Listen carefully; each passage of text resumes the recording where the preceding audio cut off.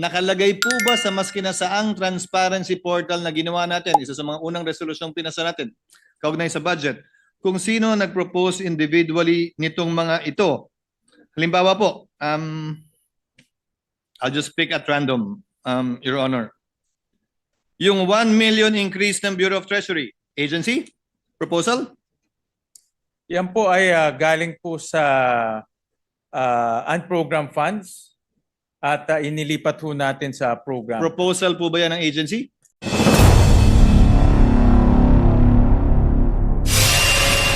Or leader, nakasanayan po kasi natin na kapag may mga punto para mabawasan na yung debate, minsan yung chairman na lang ang nagpo-propose through the period of individual amendments nung mga amendment na pinanukala nung nagdedebate. Pero ngayon, ang proseso na gusto ng ating ginagalangan chairman ng Committee on Finance, lahat padaanin na sa period of individual amendments, doon ipasok at dito niya pagpapasan kung tatanggapin niya o hindi. Tama po ba? At kung may contention, ayaw niya, pagbobotohan sa plenaryo. Pero ang tanong ko, nagalang-galang na chairman, in the interest of transparency, is it written in any portal who proposed the changes to the age gap in the committee report? I'll give you an example. Out of the blue, yung Cagayan State University, pinroposa ng 77 million na dagdag. Pero yung katabi niya sa rehiyon na yun, Batanes State College, wala. May I ask, who proposed the 77 million increase?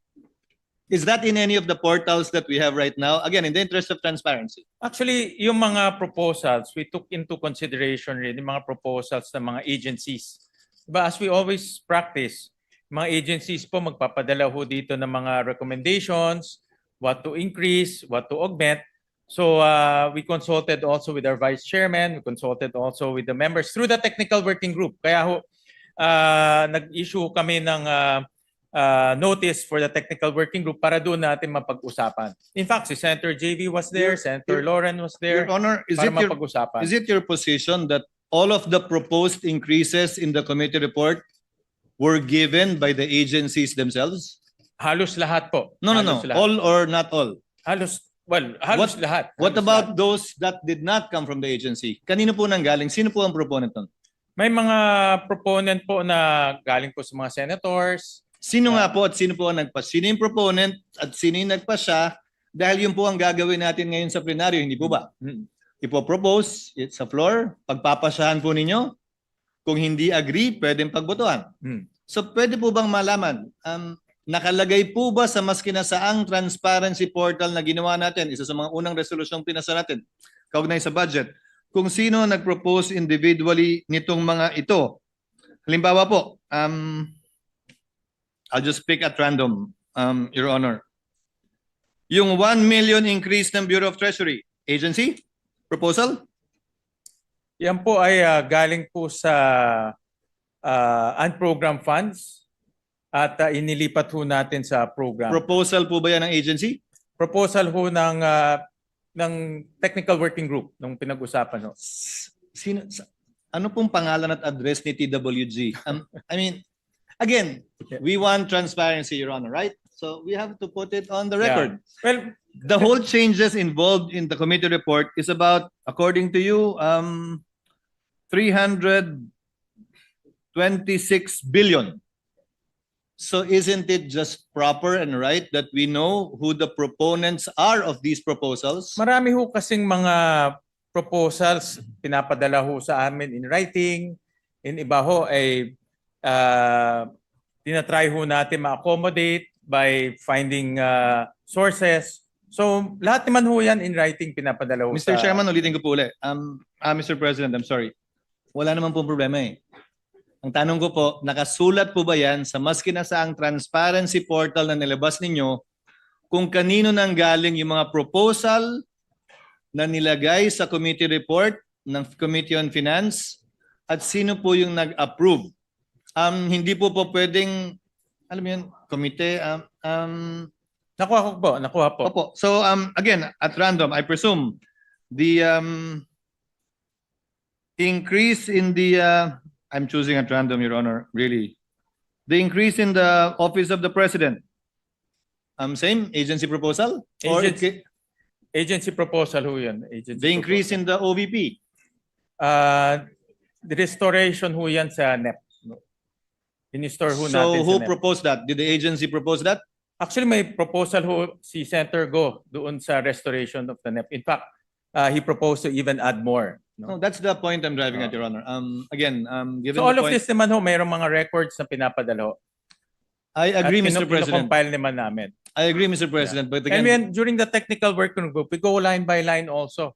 Lahat po ng mga items, line by line, and pinag-uusapan ho doon kung sino nag-propose, kung ano pa, kung hindi ho kaya ma-accommodate, ano ho pwedeng i-accommodate, so pinag-uusapan naman ho doon. again, agreed, Mr. President. We have no debate there. The point is, although it's collated, although it's compiled, is it found anywhere? It's in, hindi ho namin in-upload sa portal, if that is the question of His Honor. Yes. So it's not in any portal. But lahat ho yan ay may basis and recorded. Yes. Yes. I'm sure there is. I'm sure there is. Only that it's not in any portal. No, hindi ho. Pero lahat ho yan naman ay recorded. Just to cite a few more examples, which I'm sure are remembered by the good chairperson, yung in-increase po natin sa National Defense Agency proposal. Yes. In fact, 90 billion ho ang request ho nila. All program. Because yung Mayowa nila na-exhaust na ho to 60 billion. Agency proposal through a executive session. I noticed po na yung adjusted NEP sa DPWH, tinanggal na yung flood control. Yes. And still there was change of 38 billion. That's an agency proposal too. Yes. May pinadala ho sila yung CMPD. But admittedly, the CMPD was applied across the board, which is admittedly also might have distortions in the pricing. I admit that. So it's by way of errata, in other words. Magpadala ho sila ng matrix ng CMPD. In fact, ang kanilang total computation is about 60 billion, but we couldn't find the 60 billion. Yung sa Philippine Coast Guard agency proposal, Your Honor? Yes, recommended by Senator JVR Cito. Kulang din yun kasi mas malaki yung... Yes, correct. Naalala ko yun. Kulang. 200 plus billion ho yun. Recommended by the vice chairs. And also some senators also recommended During the Senator debates. Ba, maraming recommendation During even the like debates. the vice chairs. Yes, during the debates. I And also remember the that. technical working group. Doon ho sila nag-recommend. As a technical working group. I think just that, Mr. President, Your Honor. Again, for the interest of transparency, if you will be doing that with the individual, we might as well upload somewhere these amendments as contained in the committee report, which amounts to a by far bigger amount. Yeah. Again, amounting to about 326. Yes, Tama we'll ba? take the suggestion of the former Senate President. Thank you, Mr. President. Thank you, Mr.